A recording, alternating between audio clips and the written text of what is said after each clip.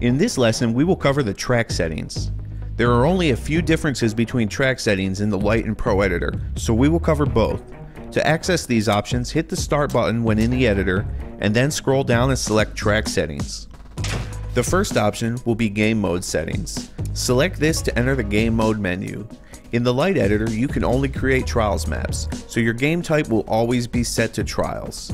In the Pro editor, however, you will also be able to select Supercross or Skill Game as well. The second game mode setting is Difficulty. Scroll left or right to choose from Beginner all the way up to Extreme.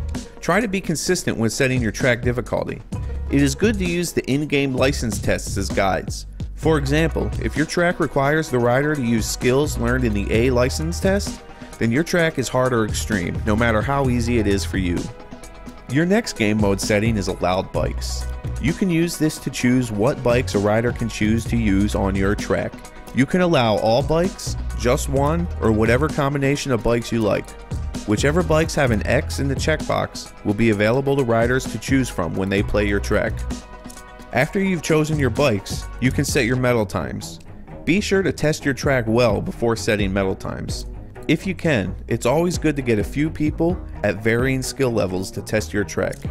Track description is next. Selecting this will open a text field where you can write a brief description of your track that users will be able to read when browsing Track Central. If you're working in the Lite editor, game mode settings end there, but for those in the Pro editor, there is one more option. Game Character lets you choose what your game character is. For normal Trials tracks, you're generally going to want to use the rider or bike, but it is possible to create game modes that don't use the bike or rider at all, like the Sphere Skill Game for example. In this case, you can choose Custom Object, then use the Select Game Character option to pick your game character. Some items we will discuss a little later, like cameras, can use the position of your game character as a parameter. By setting your custom game character here, these items will automatically know to use your custom object instead of the bike or rider. Our next option under track settings is Environment. In the Lite editor, your environment settings are limited to a few presets. First is Time of Day. Time of day basically sets the height of the sun in the sky. Set it towards the middle and the sun will be high in the sky, closer to the edges and the sun will be closer to the horizon, creating longer shadows. Next is Longitude. This determines the angle of your sun. An easier way to think about these two settings is that time of day moves the sun up and down, longitude moves the sun left and right. The last setting is Weather Condition, which consists of some presets that mainly change the thickness and color of the fog.